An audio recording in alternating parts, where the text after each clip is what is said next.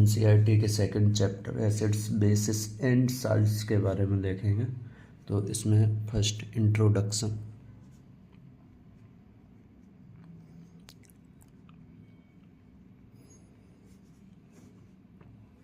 Introduction में क्या है, हम इसमें एसिडिक चीज़ें, बेसिक और न्यूट्रल चीज़ों के बारे में देखेंगे, केमिकल्स वगैरह। तो सब्सटेंस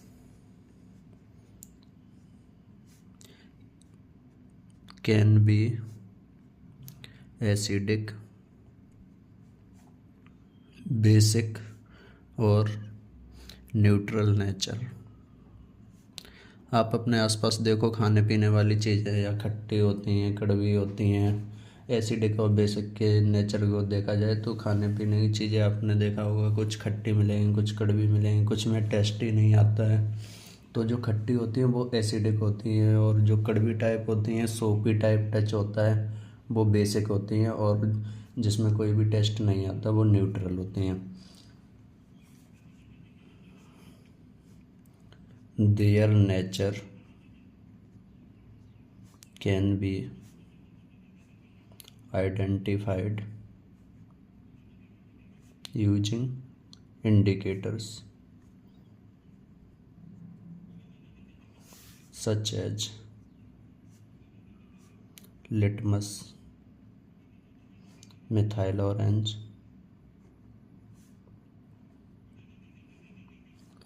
और फेनोप्थलीन।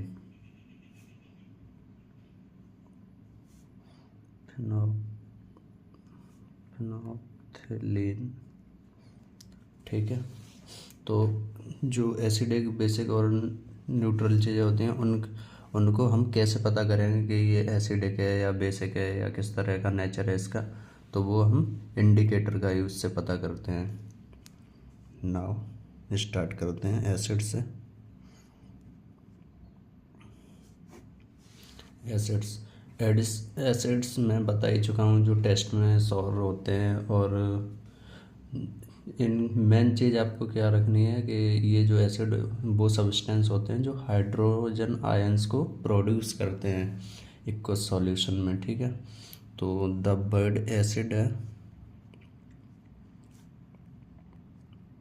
Acid comes from Latin word acidus. Acidus का मीनिंग होता है सौर। इसका मीनिंग है सौर, मतलब एसिड है वो नेचर में खट्टे होते हैं। तो इसकी डेफिनेशन क्या है? Acids are the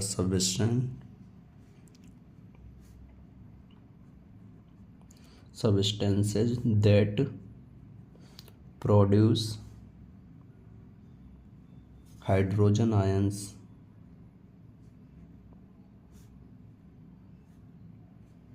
H plus. Hydrogen ions को H प्लस बोलते हैं इन एक्वस सॉल्यूशन। ये सिंबॉलिक रिप्रेजेंटेशन होता है हाइड्रोजन आयन का सॉल्यूशन।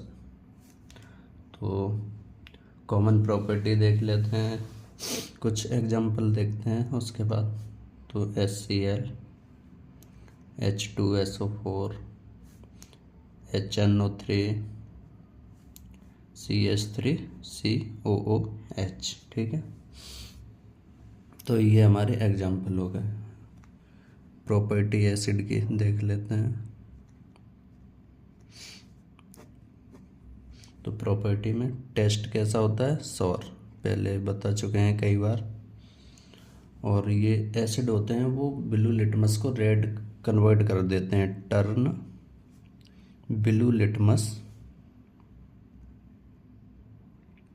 रेड। लिटमस क्या होता है? इंडिकेटर, जिससे हमें पता चलता है कि कोई सब्सटेंस एसिड है या बेस। तो एसिड होगा तो वो ब्लू लिटमस होगा, ब्लू कलर का लिटमस, उसे रेड कर देगा। तो एसिड है वो ब्लू लिटमस को ABR ऐसे याद कर लेना। ए के बाद बी आता है, तो एसिड ब्लू लिटमस को रेड कर रहा है, ठीक है। तो इसका मतलब है रेड, इसका मतलब है ब्लू लिटमस, इसका मतलब है एसिड, ठीक है, कन्वर्ट कर रहा है। तो ये एसिड है, ब्लू लिटमस को रेड में कन्वर्ट कर रहा है। Conduct electricity in solution, conduct electricity in solution. तो जो H+ आयन की वजह से इलेक्ट्रिसिटी कंडक्ट होती है सॉल्यूशन में। Corrosive in nature, corrosive in nature. तो कोरोसिव इन नेचर का मतलब होता है जैसे किसी, ये जो है एसिड वो रिएक्शन कर जाते हैं किसी मेटल ऑब्जेक्ट के साथ या अदर किसी सब्सटेंस के साथ, ये कांटेक्ट में आने पर रिएक्शन कर जाते हैं और उनको ख़त्म कर देते हैं।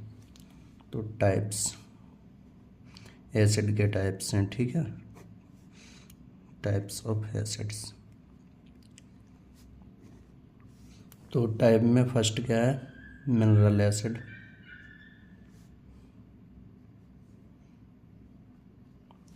मिनरल एसिड में HCl, H2SO4। जो मिनरल एसिड होते हैं वो स्ट्रॉन्ग एसिड होते हैं और हम इनका यूज लैब में करते हैं। और जो सेकंड है ऑर्गेनिक एसिड। ऑर्गेनिक एसिड्स होते हैं, इनका हम डेली लाइफ में यूज होता है इनका, तो हम खाने पीने में ऑर्गेनिक एसिड का यूज करते हैं। नींबू वगैरह हुआ अपना, इनमें सारे एसिड पाए जाते हैं, वो हम खाने पीने में यूज करते हैं। सिट्रिक एसिड हुआ, लैक्टिक एसिड हुआ।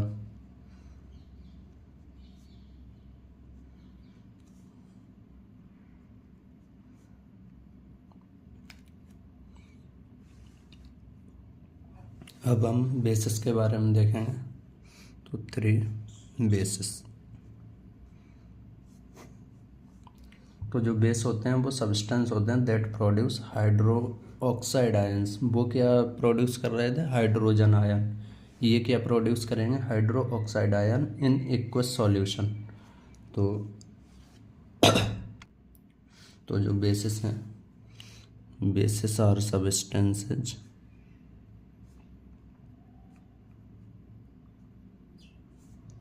that produce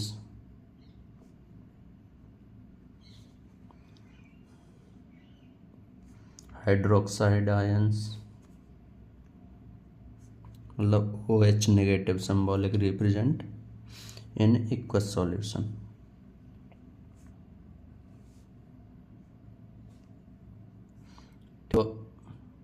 तो जो अपना एक्वस सॉल्यूशन होता है वो पानी, इसमें 2 तरह के पदार्थ होते हैं, एक सॉल्वेंट होता है पानी और सॉल्यूट होता है कोई अदर पदार्थ जो इसमें घोला जाता है।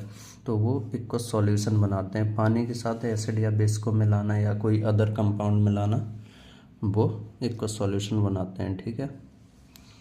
तो हम अब आगे पढ़ेंगे केमिकल बेसिस के बारे में, इसकी कॉमन प्रॉपर्टी वगैरह।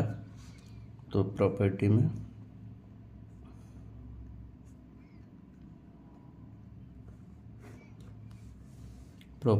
टेस्ट होता है, वो बिटर होता है। सोपी टच होता है, मतलब अपना जो साबुन होता है वो भी बेसिस ही होते हैं। सोपी टू टच करने में साबुन जैसा चिकना। और टेस्ट कड़वा। Turn red litmus blue. ये क्या करते हैं, टर्न रेड लिटमस ब्लू। उसमें क्या हो रहा था, ब्लू लिटमस को रेड किया जा रहा था। यहाँ पे बेस हैं वो रेड लिटमस को ब्लू कर रहे हैं, मतलब बी से बी हो रहा है, ठीक है।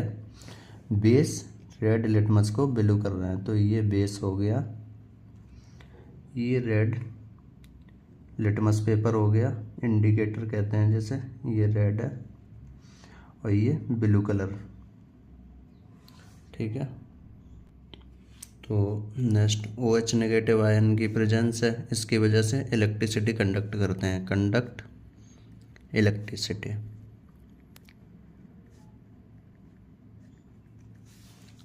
एग्जाम्पल देख लें, NaOH, KOH, CaOH का whole twice. Sodium hydroxide, potassium hydroxide, calcium hydroxide, ठीक है। तो अल्कालीज, अल्कालीज होते हैं जो bases that are soluble in water, water में सॉल्युबल बेसिस अल्काली कहलाते हैं। तो बेसिस, ये बेस ही होते हैं लेकिन ये सॉल्युबल बेस होते हैं वाटर में, बेसिस दैट आर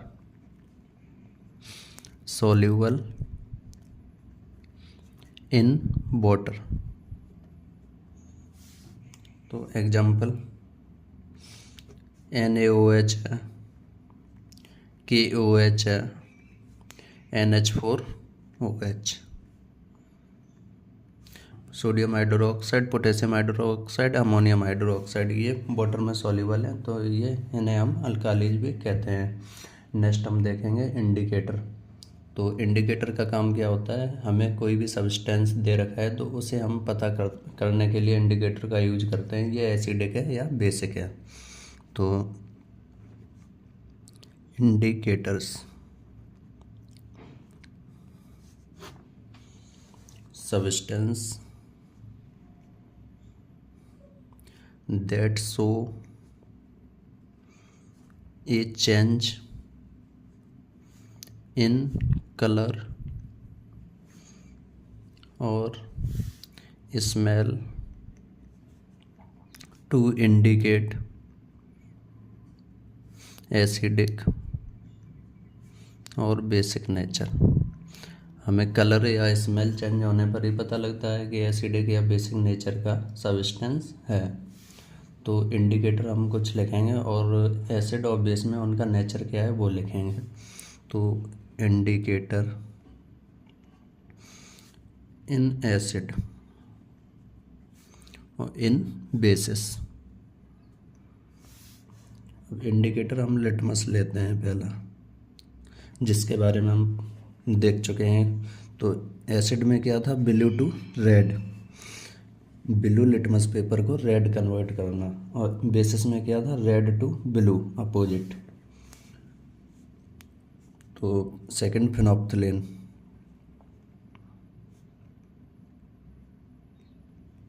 फिनोप्थलीन है वो एसिड में कलरलेस हो जाता है, कोई कलर नहीं बचता है एसिड के साथ, और बेसिस में पिंक कलर।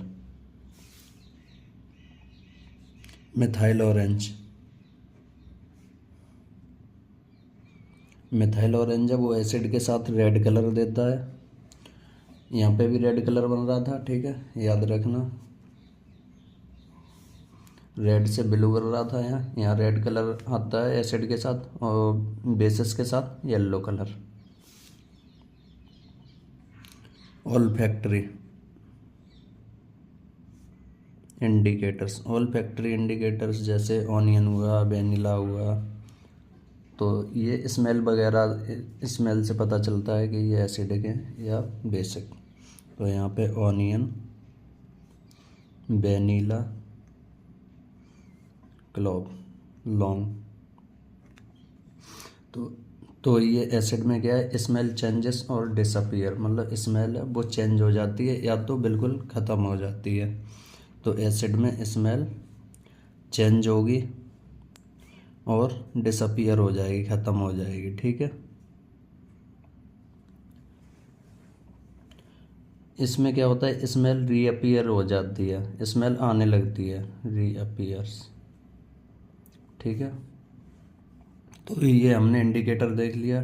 इंडिकेटर में 4 इंडिकेटर देख लिए, litmus, phenolphthalein, methyl orange, olfactory indicator. तो लिटमस का काम आपको पता होना चाहिए, फिनोप्थलीन एसिड में कलरलेस हो जाते हैं, बेसिस में पिंक कलर हो जाता है। मिथाइल ऑरेंज है वो एसिड में रेड कलर देते हैं, बेसिस में येलो कलर। ऑल्फैक्टरी इंडिकेटर होते हैं ऑनियन, क्लोव वगैरह, वेनिला, इनका यूज हम करते हैं। ये जो है वो स्मेल चेंज, महक में चेंज देते हैं। इसमें क्या होता है, महक या तो स्मेल चेंज हो जाएगी या फिर क्या होगा कि स्मेल गायब भी हो जाएगी। और इसमें क्या होता है, बेसिस में इसमें स्मेल आने लगती है। तो नेक्स्ट हम देखेंगे strength of acids and bases, sorry. तो 5 strength of acids and bases.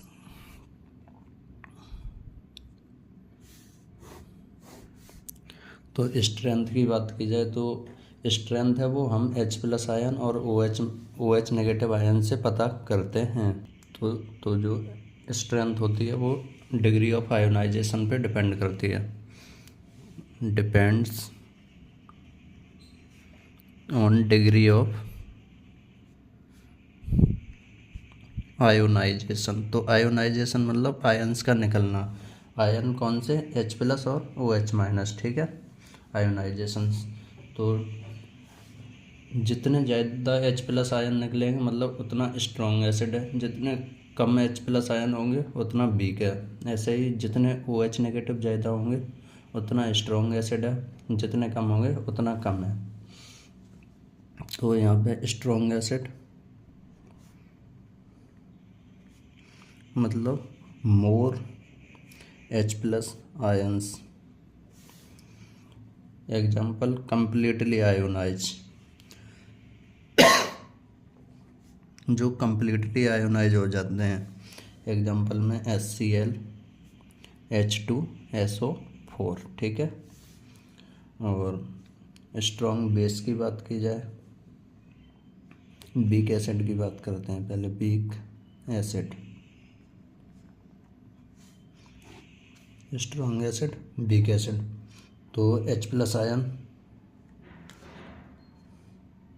Less, ठीक है, मतलब कम H+ आयन निकलते हैं। पार्शियली आयोनाइज होता है, पार्शियली आयोनाइज मतलब जितने उसके पास हाइड्रोजन आयन होते हैं उतने सारे कंप्लीटली आयोनाइज नहीं होते हैं, उसमें से कुछ हाइड्रोजन आयन आयोनाइज हो जाते हैं। तो एग्जांपल CH3COOH, एसिटिक एसिड। तो इसमें जो H+ आयन एक है तो एक पूरा आयोनाइज हो जाएगा, इसमें दोनों हो जाएंगे। इसमें ये चार हैं तो चारों आयोनाइज नहीं होंगे। जो इसका H+ आयन है एसिड वाला वो आयोनाइज हो जाता है बस, COOH। तो यहाँ पे स्ट्रेंथ ऑफ एसिड देख लिया। तो बेस के बारे में बात करें तो बेसिस में क्या होता है, OH नेगेटिव आयन्स ज़्यादा रिलीज होते हैं। तो हम OH नेगेटिव के बारे में देखेंगे। OH नेगेटिव स्ट्रॉन्ग ज़्यादा होंगे तो बेस स्ट्रॉन्ग होगा, strong bases means dissociate completely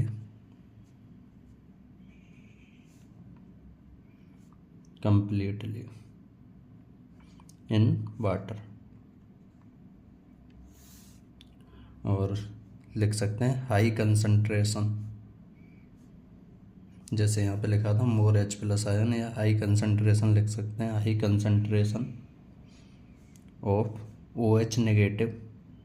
इसे हम हाइड्रोक्साइड आयन्स भी बोलते हैं। तो हाइड्रोक्साइड, ये तो सिंबॉलिक रिप्रेजेंटेशन है, हाइड्रोक्साइड आयन्स मतलब हाई कंसंट्रेशन बहुत ज़्यादा OH नेगेटिव रिलीज होंगे। एग्जाम्पल, तो जो एग्जाम्पल में है अपने NaOH, KOH, ठीक है। अब यहाँ पे हम वीक बेसिस, ये कंप्लीटली डिसोसिएट नहीं होंगे। अब आपको पता ही चल रहा होगा, जैसे इसमें कंप्लीटली आयोनाइज नहीं हुए थे, पार्शियल आयोनाइज हुए थे। तो only partial dissociate, partial dissociate, ठीक है। तो इसमें जितने OH नेगेटिव होते हैं उतने सारे डिसोसिएट नहीं होते हैं। तो लोअर कंसंट्रेशन ऑफ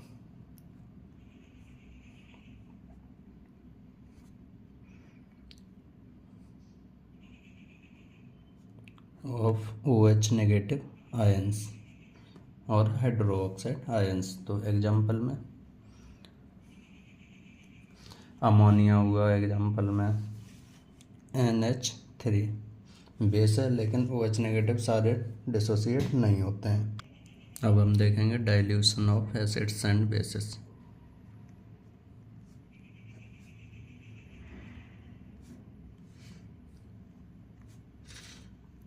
इसका मतलब क्या है, जैसे कोई लिक्विड है, जैसे पानी, मान लीजिए पानी में हमारा एसिड घुला हुआ है, पानी में H+OH- दोनों ही आयंस होते हैं। तो वाटर क्या होता है हमारा, H2O होता है। तो इसमें H+ और OH- दोनों तरह के आयंस होते हैं, ठीक है। अगर हम वाटर को किसी भी कंसंट्रेशन के साथ ऐड करते हैं, एसिड के साथ ऐड करते हैं, अगर हम वाटर ऐड करते हैं एसिड के साथ, तो जो एसिड के पास H+ आयन थे और इसके पास दोनों थे, H+ आयंस और OH- आयंस, तो इसमें क्या होगा, कंसंट्रेशन ऑफ H+ आयंस कम हो जाएगी, concentration of H+ ions decrease. आप भी सोच पा रहे होगे क्योंकि OH- आयंस आ गया यहाँ से वाटर से, तो ये इसके कुछ H+ आयंस के साथ रिएक्शन करके न्यूट्रल कर देगा, जिस वजह से इनकी कंसंट्रेशन H+ आयंस की कम हो जाती है। सिमिलरली किसी बेसिस के साथ भी देखो, तो बेस के साथ भी अगर वाटर को ऐड किया जाए तो वाटर में दोनों तरह के होंगे, H+ और OH-। और बेस में क्या होगा, बेस है ये, बेस में क्या होगा हमारा ओनली OH- आयंस। तो अब यहाँ पे क्या होगा, कंसंट्रेशन ऑफ OH- आयन कम हो जाएगी, क्योंकि ये H+ आयन है, रिएक्ट करेंगे तो ऑब्वियसली यानी कि जो कंसंट्रेशन थी वो कम हो जाएगी। तो decreases concentration of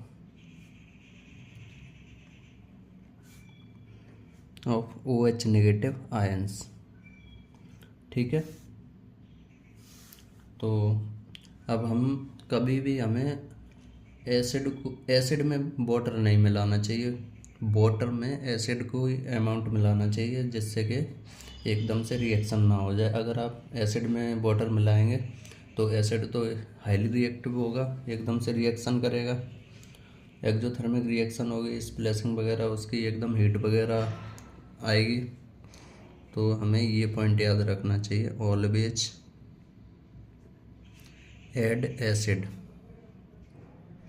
to water. अब वाटर बहुत ज़्यादा होगा, थोड़ा थोड़ा करके एसिड हम मिलाएंगे तो इतनी रिएक्शन फास्ट नहीं होगी। नॉट वाटर टू एसिड, ठीक है। किस लिए, to avoiding splashing, exothermic reaction होती है, स्प्लैश निकलती है, मतलब हीट लाइट वगैरह एकदम हीट निकलती है, एक्जोथर्मिक रिएक्शन। तो ये तो हमारे हो गए dilution of acids and bases, ठीक है। अब हम देखेंगे reaction of acids and bases. तो रिएक्शन, ये टॉपिक मेन है, reaction of acids and bases. तो रिएक्शन ऑफ एसिड और बेसिस में फर्स्ट हम देखेंगे रिएक्शन विद मेटल्स।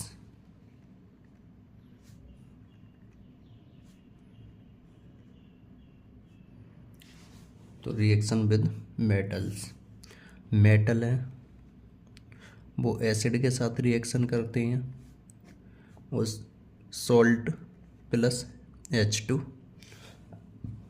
का फॉर्मेशन होता है। एग्जाम्पल के लिए Zn है मेटल, 2HCl ले लिए यहाँ से, ये बैलेंस रिएक्शन की वजह से 2HCl एक साथ ही ले लिया हूँ, तो ZnCl2 बन गया प्लस H2 रिलीज हो गया, ठीक है। रिलीज का मतलब साइन अपवर्ड।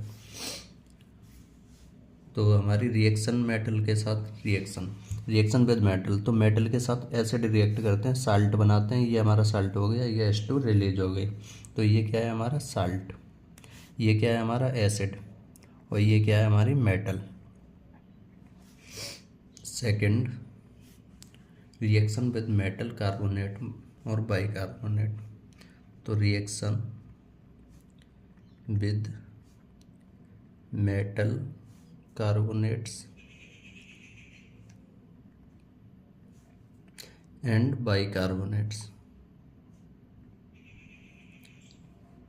तो इसमें क्या है, एसिड है वो मेटल कार्बोनेट के साथ रिएक्शन करेंगे। अब यहाँ पे जो प्रोडक्ट बनेगा उसमें साल्ट तो बनेगा ही, लेकिन H2 की जगह मेटल कार्बोनेट CO3 नेगेटिव आ गया ना, तो वो H2O बनाएगा प्लस CO2। ठीक है, ये कंपाउंड एक्स्ट्रा बनता है कार्बोनेट के साथ। तो एग्जाम्पल में 2HCl plus Na2CO3, sodium carbonate acid है, ये मेटल कार्बोनेट है, रिएक्शन करेंगे तो सोडियम क्लोराइड साल्ट। ठीक है, यहाँ से कार्बन डाइऑक्साइड प्लस वाटर। तो ये हमारा क्या है, मेटल कार्बोनेट, ये क्या है, एसिड। तो साल्ट बनाएगा CO2 और H2O बनाएगा। तो हम नेक्स्ट देखें रिएक्शन विद बेसिस। ऐसे ही बाइकार्बोनेट के साथ भी CO2 और H2O बनते हैं। थर्ड,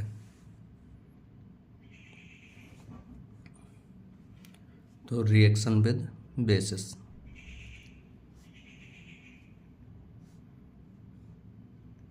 अभी तक हमने जो रिएक्शन देखे वो दोनों किसके साथ हो रही थी, एसिड के साथ। अब किसके साथ है रिएक्शन, बेस के साथ।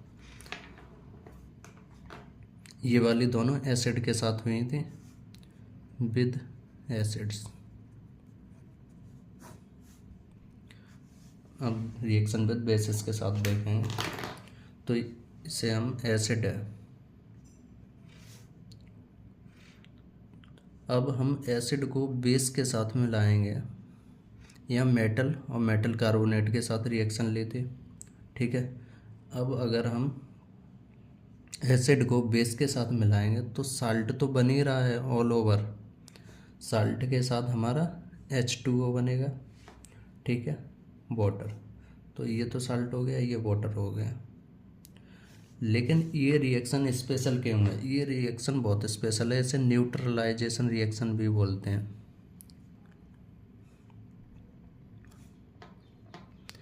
ये सारी एसिड की रिएक्शन चल रही हैं। तो पहले हमने मेटल के साथ देखी, उसके बाद मेटल कार्बोनेट के साथ देख ली।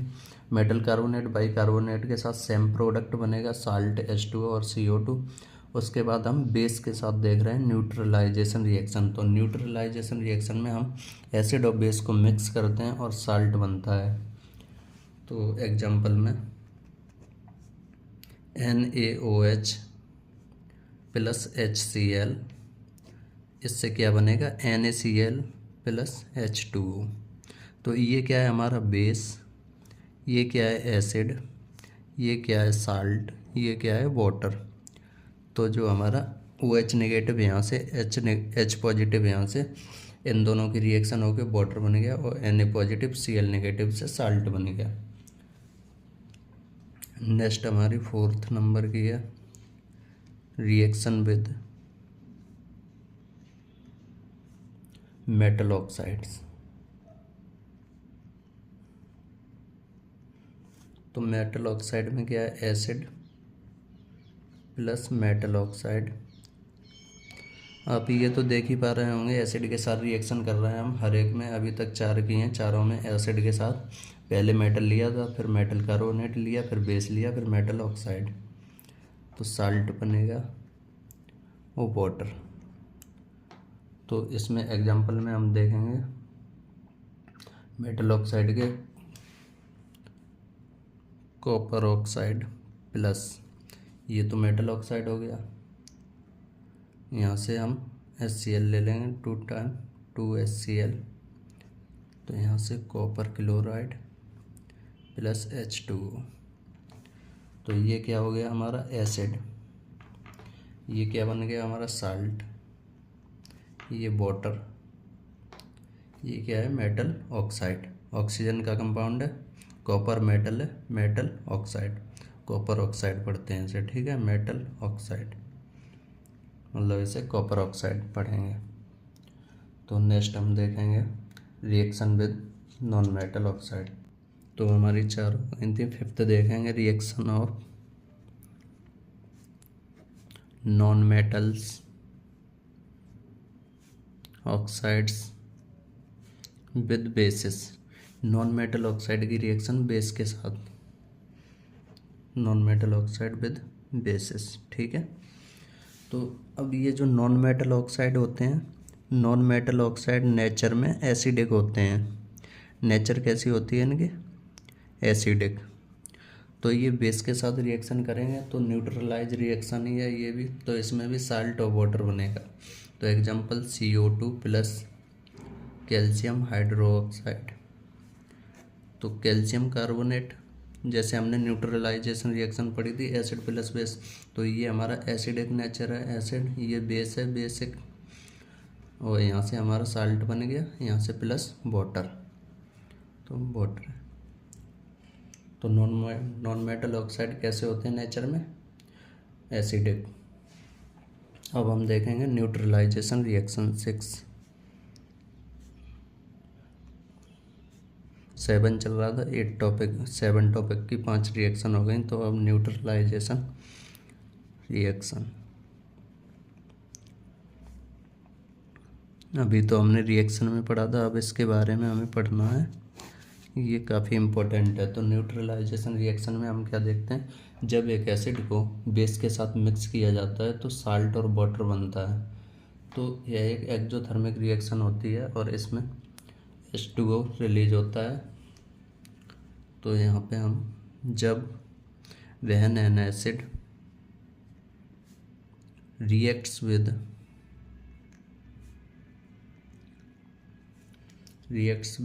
ए base to form salt and water,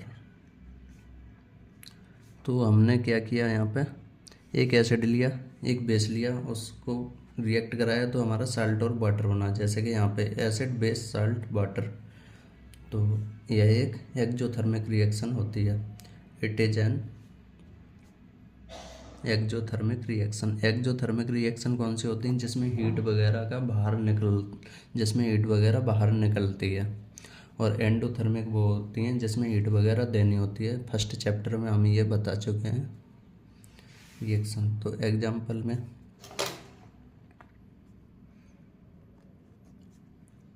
HCl plus NaOH, तो NaCl साल्ट बन गया प्लस H2O वाटर बनेगा।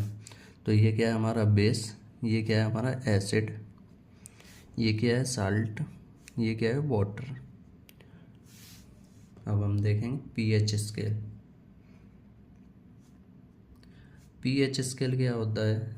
जैसे पीएच स्केल पर रेंज होती है 0 से 14, तो ये पीएच स्केल से हमें पता चलता है कोई सब्सटेंस कितना एसिडिक है। अगर उसकी रेंज लेस देन 7 है तो वो एसिडिक है, और ग्रेटर देन 7 है तो वो बेसिक है, और उसका जो नेचर है वो इक्वल टू 7 पे न्यूट्रल रहता है।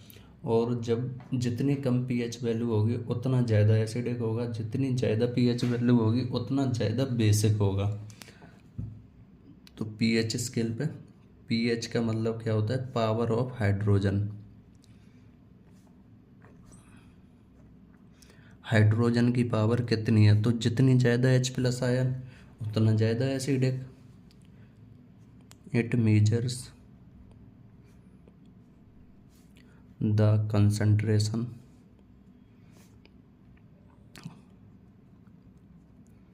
Of hydrogen ion.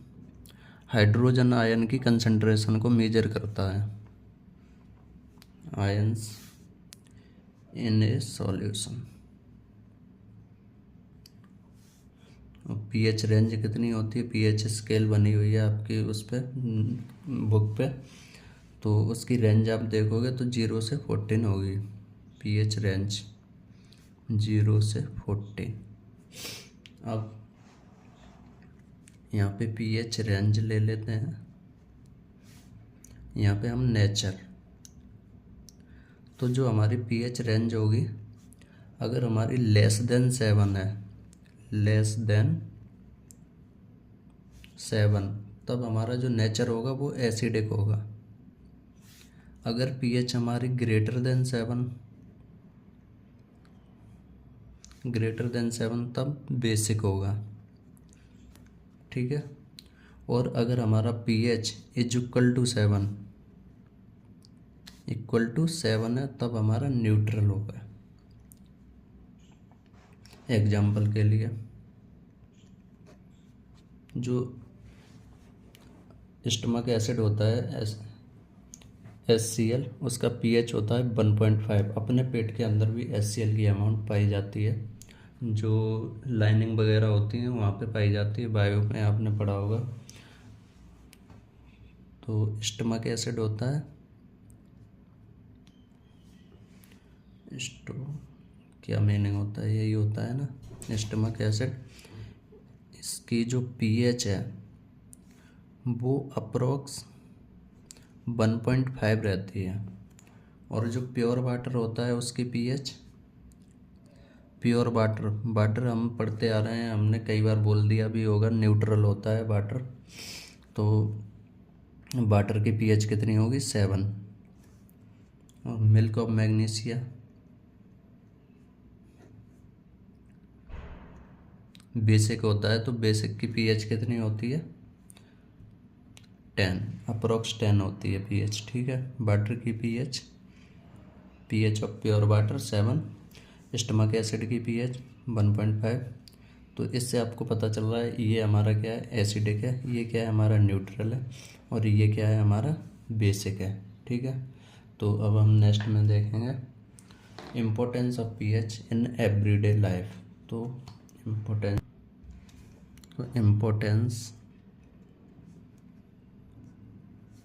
Of pH in everyday life.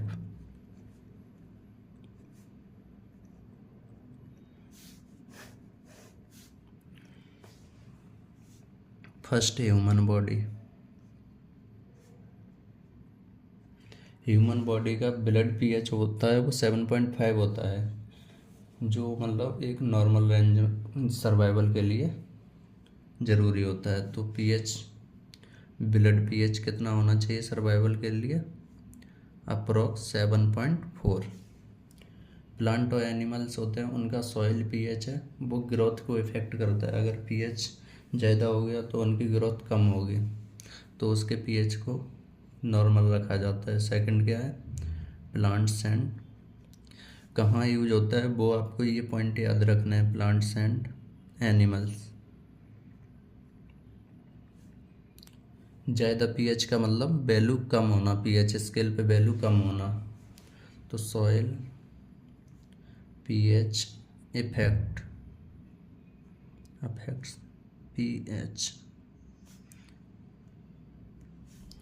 pH effect growth को इफेक्ट करता है। Third, tooth decay.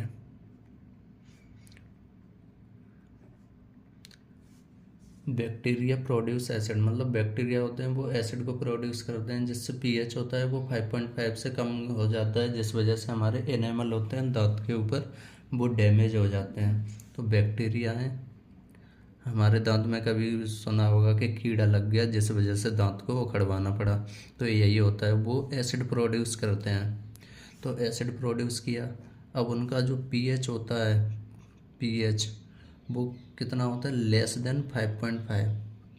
अब लेस देन 5.5 pH अगर गया तो उसका मतलब क्या है, डैमेज एनिमल, जो दांत के ऊपर की लेयर होती है वो डैमेज होना स्टार्ट हो जाती है।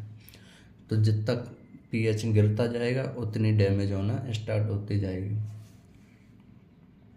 डाइजेस्टिव सिस्टम में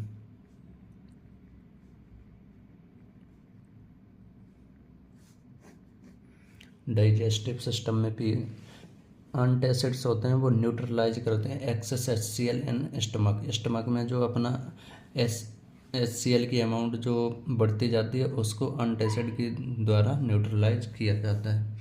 तो antacid neutralise access HCl,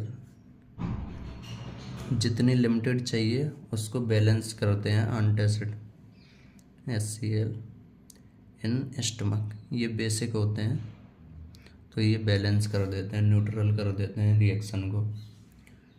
environmental, तो एनवायरनमेंटल में एसिड रेन है, उसका पीएच होता है वो हमारी बॉडी के लिए हानिकारक होता है। एसिड रेन में पीएच उसका <5 के आसपास होता है कुछ। Acid rain lowers pH of water.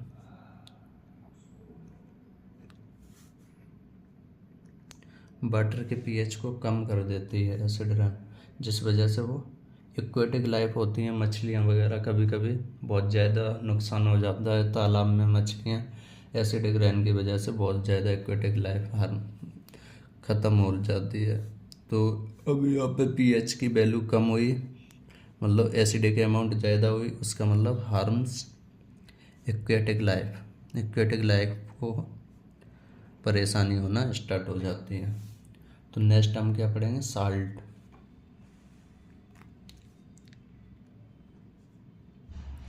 Salts क्या होते हैं, एसिड और बेस को मिक्स करने पर जो सब्सटेंस प्राप्त होता है वो साल्ट होता है। ये न्यूट्रलाइजेशन रिएक्शन से प्राप्त होता है। तो फॉर्मेड बाय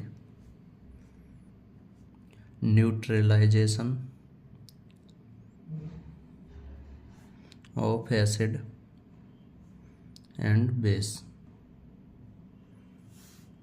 एसिड और बेस के न्यूट्रलाइजेशन से हमें साल्ट मिलता है। तो एसिड लिया प्लस बेस, क्या बनेगा हमें, साल्ट प्लस वाटर। तो एग्जाम्पल के लिए HCl है, NaOH के साथ रिएक्ट किया, NaCl बनाया, यहाँ से H+ आयन आया, यहाँ से H+ आयन, यहाँ से OH नेगेटिव आयन्स आया। तो ये दोनों मिक्स होके क्या बनाएंगे, ये दोनों मिक्स होके H2O बना देंगे। तो हमारा यहाँ से क्या बचा था, Cl नेगेटिव, यहाँ से Na पॉजिटिव। तो ये साल्ट बन जाता है। तो ये साल्ट हो गया, ये वाटर हो गया, ये हमारा बेस हो गया, ये हमारा एसिड हो गया। तो H2SO4 रिएक्शन इसलिए लिखा दे रहा हूँ, 1-2 तो याद हो ही जाएगी, K2SO4 प्लस H2O। तो इसमें ये साल्ट है, सॉरी ये एसिड है H2SO4, इसमें KOH बेस है, K2SO4 साल्ट है, ये वाटर है। एक फैमिली ऑफ साल्ट करके होता है, अगर आपके NCERT में हो तो पढ़ लेना, अदरवाइज कोई बात नहीं। Family of salt, all salt derived from the same acid have the same acidic radical. Anion same होते हैं। All salts derived from the same acid have same acidic anion. ठीक है। तो जो एनायन होते हैं वो नेगेटिवली चार्ज होते हैं, तो नेगेटिवली चार्ज आयंस होते हैं वो सेम होते हैं। तो वो हमारे किस में आते हैं, फैमिली ऑफ साल्ट में। सेम एसिड से जो ड्राइव किए जाते हैं साल्ट, और उनमें जो एनायंस की अमाउंट होती है, जो एसिडिक रेडिकल जो एनायंस की अमाउंट होती है वो सेम होती है, नेगेटिव आयंस की सेम होते हैं। तो एग्जांपल के लिए NaCl, KCl, ये कहाँ से आते हैं, फ्रॉम HCl। HCl की हेल्प से हम NaCl साल्ट बनाते हैं, KCl बनाते हैं। तो इनमें जो एनायन की अमाउंट है वो सेम है, Cl negative, Cl negative. Na2SO4 plus K2SO4 किससे बनाते हैं हम, H2SO4 से। ये एसिडिक होता है, ये साल्ट होते हैं। तो Na2SO4 2 नेगेटिव यहाँ भी बनता है, SO4 2 नेगेटिव यहाँ भी बनता है। ठीक है। तो अब हम नेक्स्ट देखें, साल्ट्स एंड देयर pH।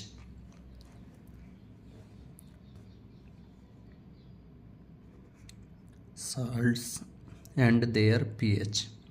तो साल्ट की pH, साल्ट क्या होता है, न्यूट्रल होता है। तो उसकी pH कितनी होगी, 7।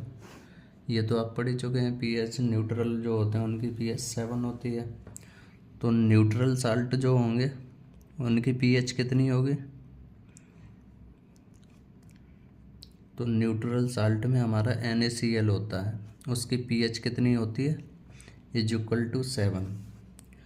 अब इसमें साल्ट एसिडिक भी होते हैं, बेसिक भी होते हैं। कभी कभी क्या होता है, एसिड की मात्रा थोड़ी बहुत ज़्यादा होती है, तो <7 7 से थोड़ा बहुत ही कम, तो वो एसिडिक साल्ट में आ जाता है। Acidic salt NH4Cl ammonium chloride है, जिसकी pH <7 होती है। और बेसिक साल्ट्स,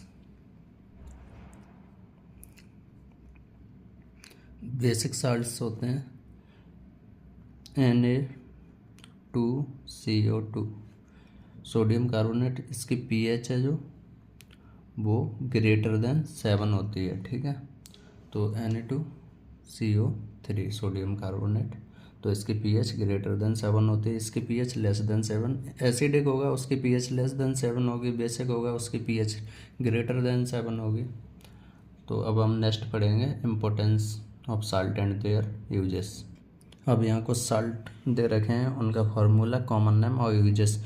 तो सोडियम क्लोराइड है NaCl, common formula. Common name में आ जाता है कॉमन साल्ट, कहते हैं सोडियम क्लोराइड।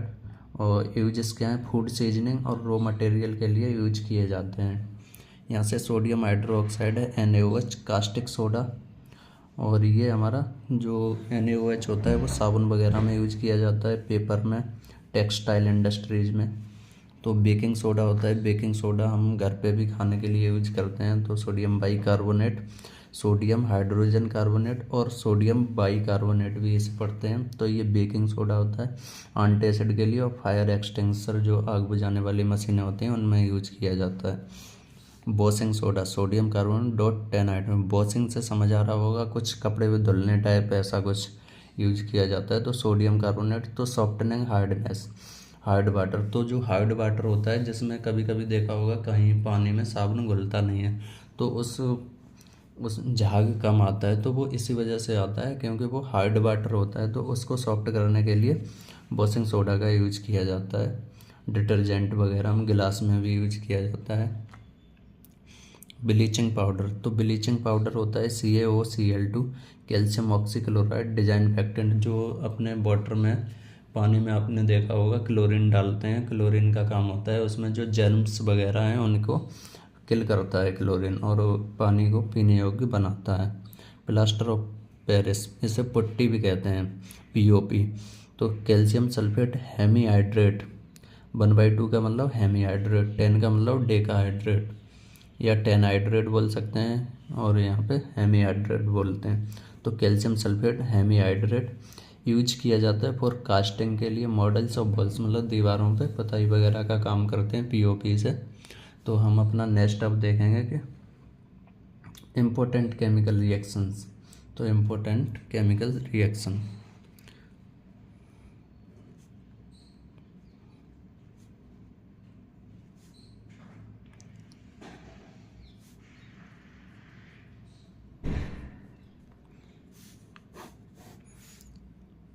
अब इम्पोर्टेंट केमिकल रिएक्शंस में preparation of bleaching powder, preparation of bleaching powder. Bleaching powder की प्रिपरेशन होती है जो एक सॉल्यूशन में क्लोरीन निकलता है, क्लोरीन की हेल्प से हम कैल्शियम हाइड्रोक्साइड से रिएक्शन कराने पर CaOCl2 बनाते हैं। तो वो हमें ब्लीचिंग पाउडर कैल्शियम हाइड्रोक्साइड से और जो क्लोरीन एक सॉल्यूशन में निकला होता है उसकी हेल्प से बनता है। तो इसके लिए रिएक्शन क्या है हमारी, CaOH का होल ट्वाइस प्लस Cl2, यहाँ से हमारा क्या है calcium oxychloride plus H2O। Second, preparation of baking soda,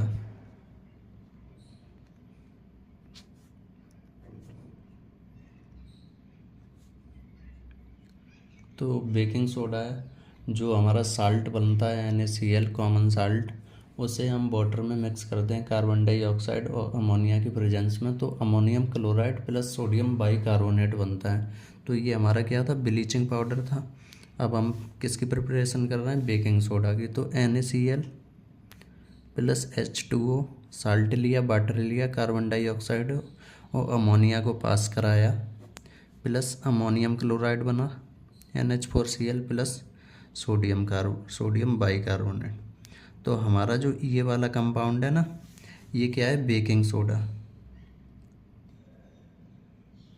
ये क्या है, ब्लीचिंग पाउडर।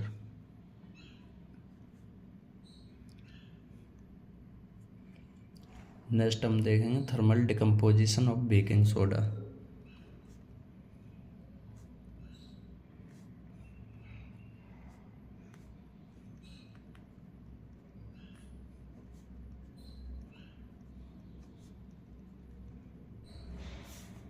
थर्मल डिकम्पोजिशन मतलब बेकिंग सोडा को हम ब्रेक डाउन करते हैं, तो हमें क्या बनता है, सोडियम कार्बोनेट Na2CO3। तो 2 टाइम NaHCO3 लिया, सोडियम बाइकार्बोनेट लिया, हीट कराया, थर्मल डिकम्पोजिशन, थर्मल का मतलब हीट दिया, तो Na2CO3 plus CO2 plus H2O, तो हमारा न्यू कंपाउंड सोडियम कार्बोनेट बना। Preparation of washing soda.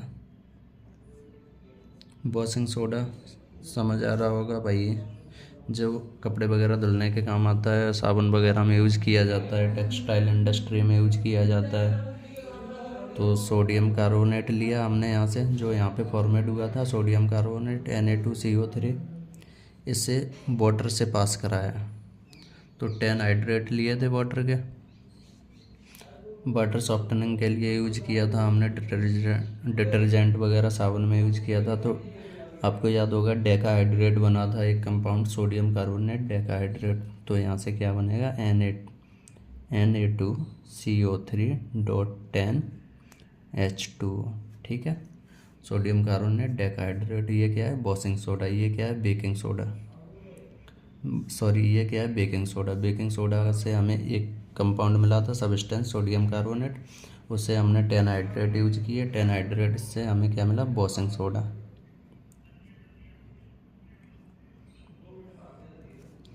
तो नेक्स्ट हम देखेंगे प्रिपरेशन ऑफ POP।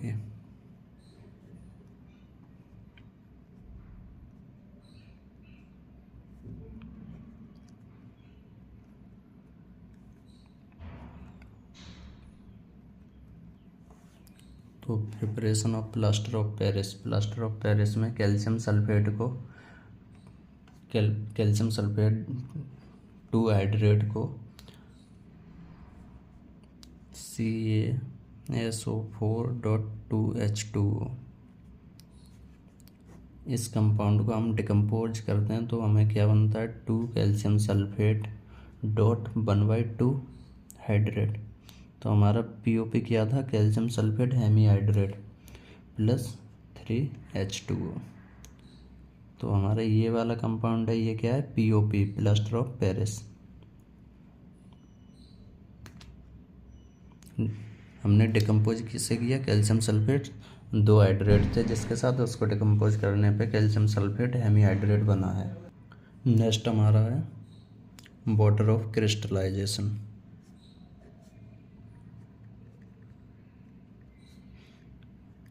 तो जो बॉर्डर के क्रिस्टल होते हैं वो किसी भी सब्सटेंस में फिक्स्ड नंबर में पाए जाते हैं। तो fixed number of water molecules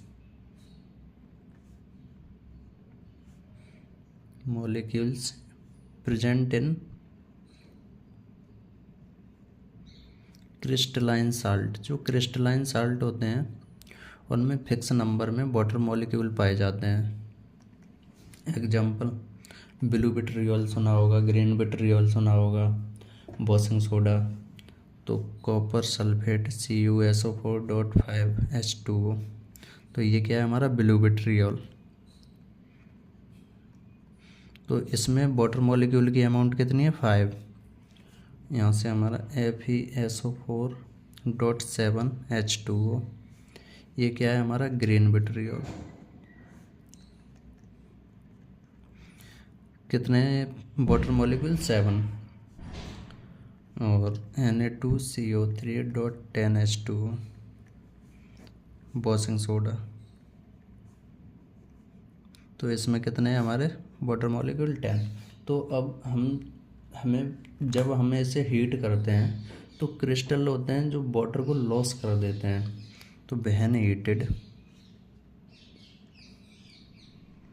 अब हीट करने पे क्या होगा, जो क्रिस्टल होंगे वो वाटर को लॉस कर देते हैं। जैसे कॉपर सल्फेट 5 हाइड्रेट है, इसको हमने हीट किया तो हीट करने पे क्या बनेगा, copper sulphate CuSO4 plus 5H2O। ये वाले वाटर हैं वो रिलीज हो गए। तो अब जो ब्लू था, ये ब्लू कलर का, अब ये किस तरह का कंपाउंड बन गया, वाइट। ठीक है, ब्लू से वाइट बन गया हीट करने पे। तो ये चीज़ें हीट करने पे ये कलर डिसअपियर हो गया, वाइट कलर हो गया, इसका चेंज हो गया, और वाटर मॉलिक्यूल था उसका लॉस कर दिया। नेक्स्ट हम देखें what do all acid and bases have common. तो जितने भी स्ट्रॉन्ग ये नंबर लेते हैं ऑल एसिड के लिए, ऑल एसिड्स, तो चाहे वो स्ट्रॉन्ग एसिड ले लें, स्ट्रॉन्ग एसिड में HCl H2SO4, चाहे वो वीक एसिड ले लें तो वीक एसिड CH3COOH। एक चीज़ सब में कॉमन होती है, one thing is common.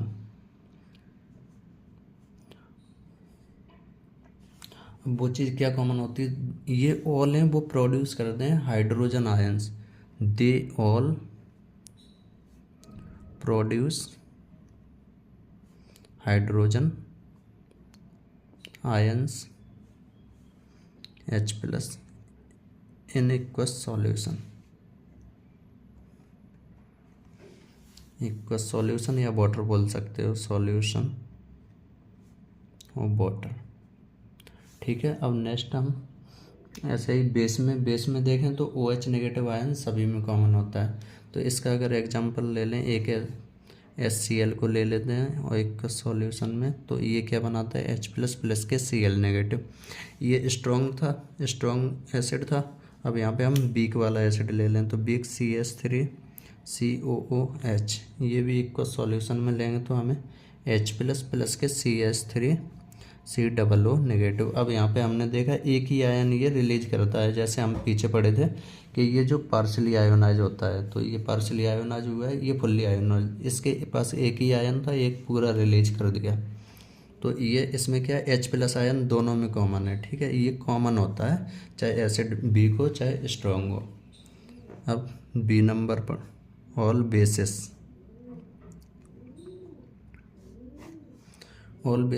Strong base ले लो। तो स्ट्रॉन्ग बेसिस ले लो चाहे वीक बेस ले लो, सभी में कॉमन क्या होगा, OH नेगेटिव। तो NaOH KOH। और वीक की बात करें तो वीक में हम ले लें अमोनियम हाइड्रोक्साइड। तो वन थिंग कॉमन।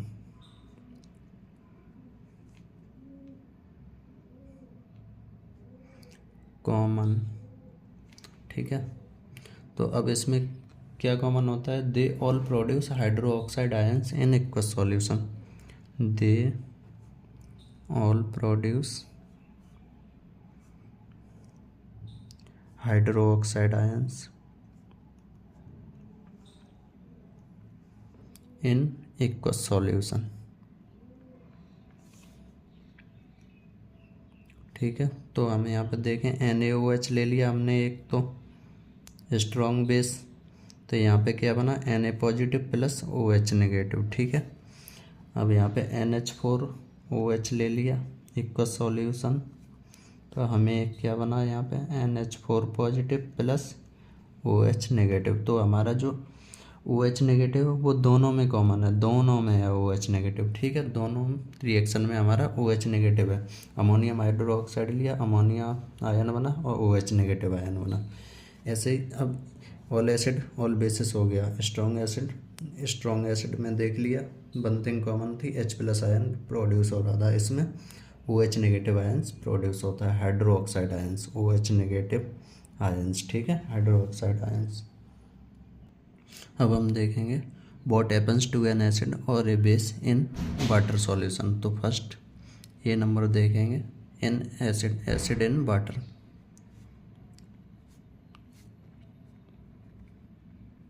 तो एसिड्स इन वाटर की बात करें तो जो एसिड होते हैं वो वाटर में H+ आयन रिलीज करते हैं। तो acid dissolve in water, it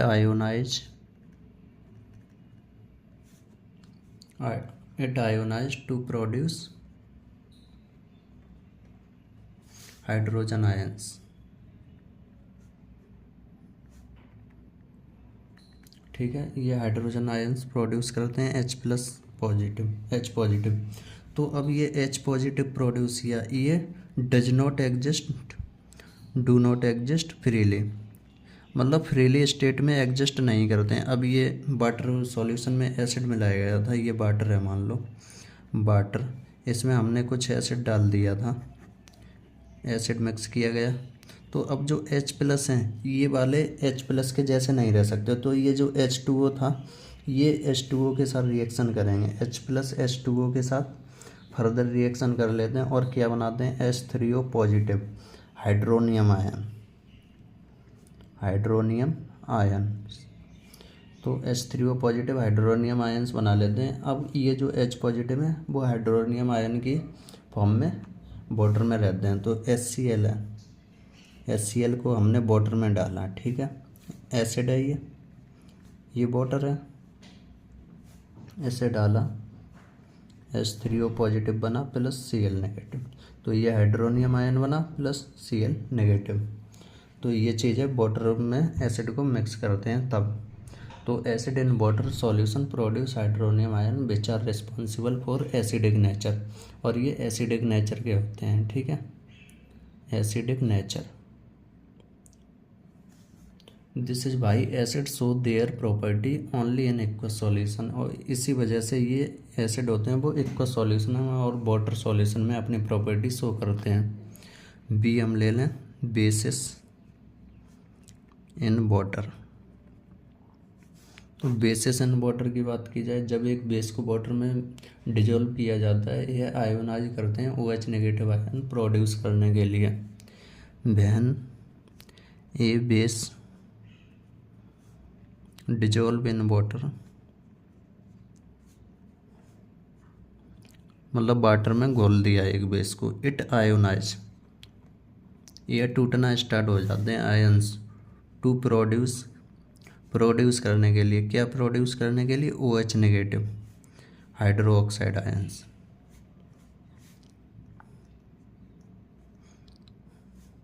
it ionize to produce hydro oxide ions, ठीक है। एग्जाम्पल में NaOH है, Na पॉजिटिव बनाता है प्लस OH नेगेटिव। ऐसे ही KOH है, वो KOH है, वो K positive plus OH negative बनाता है। तो वाटर में ये OH नेगेटिव की स्टेट में रहते हैं। तो OH नेगेटिव वो रिस्पॉन्सिबल होता है बेसिक नेचर के लिए। किसके लिए रिस्पॉन्सिबल होता है, बेसिक नेचर। और ये बेसिस हैं वो अपनी प्रॉपर्टी एक सॉल्यूशन में शो करते हैं।